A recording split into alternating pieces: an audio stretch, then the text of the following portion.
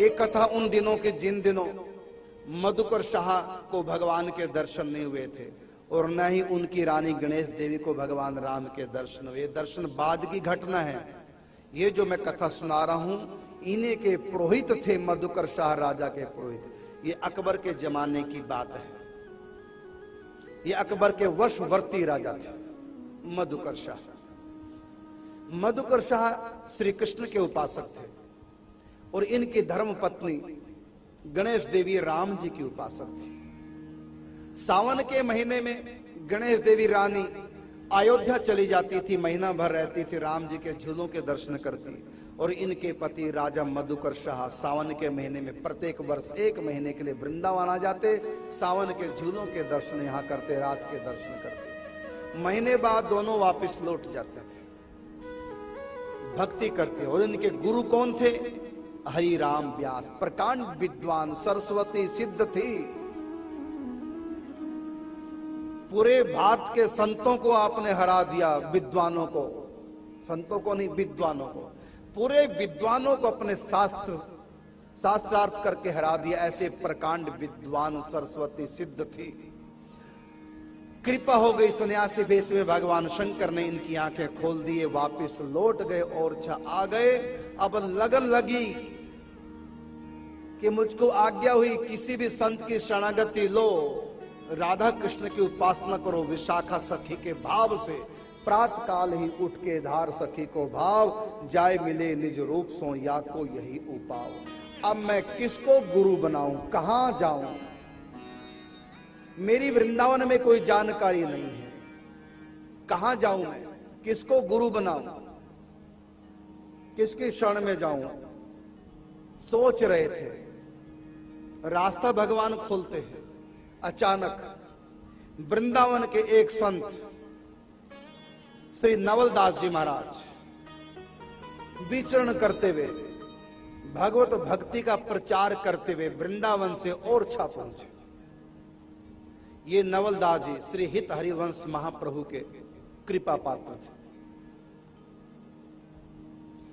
पूछा कि यहां कुछ दिन में रहना चाहता हूं, कहां रहूं? तो लोगों ने बताया राजपुरोहित राजगुरु श्री हरिराम व्यास जी महाराज बहुत बड़े भक्त हैं, संतों को तो इतने दीवाने हैं, आप उन्हीं के यहां रुको। राजगुरु है, उनके यहां किसी प्रकार की कोई कमी नहीं। रुक गए हरिराम व्यास जी के यहां। पहले दिन सुबह सुबह जब नवलदास जी उठे, उठते ही उन्होंने मंगलाचरण किया। क्या? श्री हित हरिवंश जी महाराज के एक सुंदर पद का गायन किया और चिंतन किया।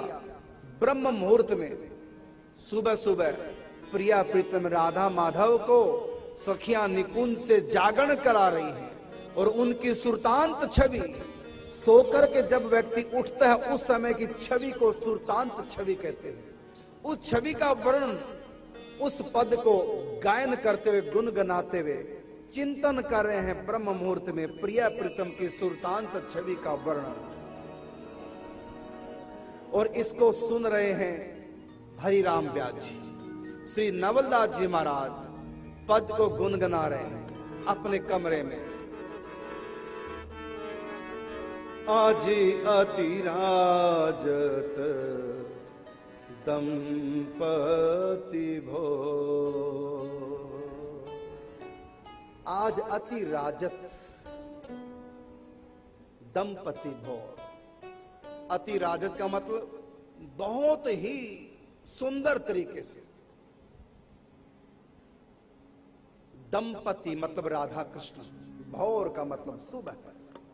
आज सुबह सुबह प्रिया प्रीतम सैया से उठे हैं, गलबैया दिए वृंदावन में विचरण कर रहे हैं। लटें उलझी हुई हैं, बिखरी हुई हैं, आंखों में लालिमा है, मानो रात भर जगे हैं, अरसाया बदन है, बीच बीच में उबासी भी ले रहे हैं, लटकते हुए चल रहे हैं आलस में। प्रिया प्रीतम गलबैया दी और दोनों परस्पर एक दूसरे की रूप माधुरी का रसास्वादन कर रहे हैं, बातें कर रहे हैं, बत रस का आनंद ले रहे हैं, सखियों को दे रहे हैं। वस्त्रों में सिलवटें पड़ी हैं, गले की मोती माला भी बिखरी है, कानों के कुंडल लटों में उलझे हुए हैं। ऐसा सुरतांत छवि का वर्णन, सुबह सुबह की प्रिया प्रीतम की सैया के उठने के बाद की छवि